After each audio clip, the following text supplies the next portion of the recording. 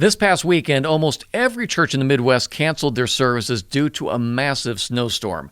This created an incredible opportunity we haven't seen since the COVID crisis.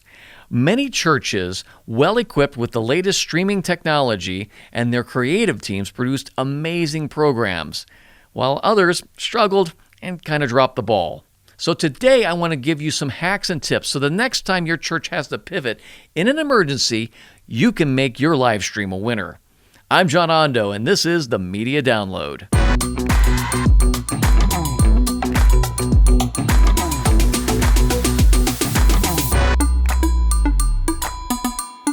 Welcome to this week's Media Download. This podcast is designed where we throw amazing tools into your media toolbox to help you work smarter, not harder. I have over 4 decades of experience in television and documentary filmmaking, and I've learned a few hacks and shortcuts to help my clients on small budgets look big time.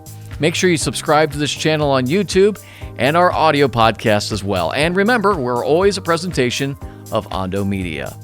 This isn't the topic I had planned to talk about today, but in broadcasting, like life, it has a way of nudging you in a different direction. When the moment changes, the message often has to change with it. Our responsibility as communicators is to meet people where they are. So let me walk you through what happened last week with a couple of my church clients and how they approached this problem. Now, one of my longtime clients is Oasis City Church in Columbus, Ohio. My relationship with them began during the COVID crisis when we had to produce online-only services. They have a strong, media-savvy leadership team, modern television facilities with a 5-camera sanctuary. Now, this story kind of began last Wednesday when we were hearing there was a massive snowstorm due to drop 8 inches of snow on Sunday morning. This began the first element, pre-production communication. Service planning for Sunday had already been underway when I sent an email to leadership. The message was simple and direct. Major snowstorm is coming this weekend. It could shut everything down. We'll know more by Thursday night, but we need to prepare now. Now, this is a pre-production communication. It matters. In that email, I further went on to lay out a couple of options. 1, we could stream live on Sunday with a very limited crew, or 2, pre-tape the entire service on Friday or Saturday and air it on Sunday. We were going to need to select a pre-recorded worship service from our library, and everything would have to be taped and edited by Saturday afternoon. We also needed to begin notifying the congregation via social media that we were actively monitoring the weather situation. As a media director, your job isn't to just point out problems, you're paid to find solutions. That email made it clear. We have a problem. Here are the options. Here are the deadlines. And there was one other factor. Baptisms were scheduled for Sunday. And that's a big deal with this church. Baptism weekends draw many visitors. They had planned this well in advance, including stage modifications for the baptismal, and they needed to begin that construction on Friday. By Thursday afternoon, things began to lock in. The decision was made to postpone the baptism service. While services were not yet canceled, we crafted clear social media language explaining that we were monitoring the situation and the conditions, and that we were prepared to move to online-only services on Sunday, and we would let everybody know on Saturday. This was again on Thursday afternoon. Then came an important conversation with the campus pastor, my friend Adam Stewart. This is a conversation that media directors and pastors must have. They listen and trust each other and ask this question: what does this online service, what's it going to look like for the church? A 40-minute sermon pre-taped with no audience can feel flat, and Adam understood that. He and his wife Tara, who's also a pastor, had already discussed postponing the planned sermon and instead recording a conversation with them together, having a discussion in a podcast-style format. That decision was key. I loved it, and Adam just didn't want to preach to an empty room, which I didn't blame him one bit. A conversational format would be far more engaging to an online audience. Another factor was the total runtime. An average service at Oasis City Church can be over 90 minutes, but watching online, there's no way people would watch that long. So we agreed to try to keep this service to just 60 minutes. So by Friday, the plan was set, And we were now 72 hours away from Sunday with a game plan.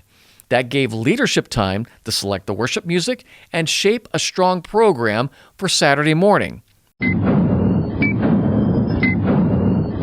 Saturday became the production and post-production day. The plan was simple. We needed 2 segments, an opening segment explaining why this would be a different than normal in-person service, followed by announcements and an offering, about 4 minutes in length roughly. Then, the teaching segment, we were going to shoot for 25 to 30 minutes of runtime. I arrived about an hour early. I set up some chairs and a table for the interview, podcast microphones, and then I repositioned the cameras in kind of a normal television studio configuration to make it better suited for a conversational format. By 10:30, we were rolling. We taped the 3-minute opening. Then we recorded a 35-minute conversational sermon that was outstanding. But then we did the most important part of this entire project. This is the piece that often gets forgotten, and it is absolutely mission critical. We recorded a short social media promo. And, maybe you're sitting at home and you're bothered by the snow, you're bothered by the inconvenience, but I believe we've got a message for you this Sunday, 9 a.m. We'll see you there. Tune in. How would anyone know that this special program was running tomorrow? We had canceled everything. Nobody was going to be at the church, so why would they expect there to be an online program? We also needed to let them know what made this program special, that they had cooked up some very special content that was meant for people to watch on Sunday. So by noon Saturday, everything was captured. I headed back to the edit suite and began editing, adding graphics and mastering the program. It took about 2.5 hours, and then the program was uploaded to our streaming provider, which we use Resi. We scheduled it, double-checked it, made sure everything was proper, so it ran properly at 9 a.m. on Sunday. But one thing remained. Throughout this project, the pastors, Tara and Adam, made several call to actions. Now, in the commercial world, we use that term, call to action, but in ministry, we often will use terms like altar call or ministry moments. That meant someone had to be moderating our chat room. We didn't want to miss that option because, again, nobody was going to be at the church. So I reminded the church leadership to make sure that the teams were ready. Again, that's the producer's role. Make sure every base is covered. No assuming, but ensure that the entire experience for the audience is executed properly.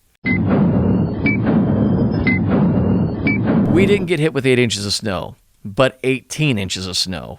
When the program ran on Sunday morning, I monitored the stream from home, and here were the results for all of this hard work. The highest viewed service this church has ever had, much larger than any COVID online service, nearly 8 times the normal viewership. Now, that's kind of given, expected to circumstances, people staying at home, nobody going into the church. But this was the key.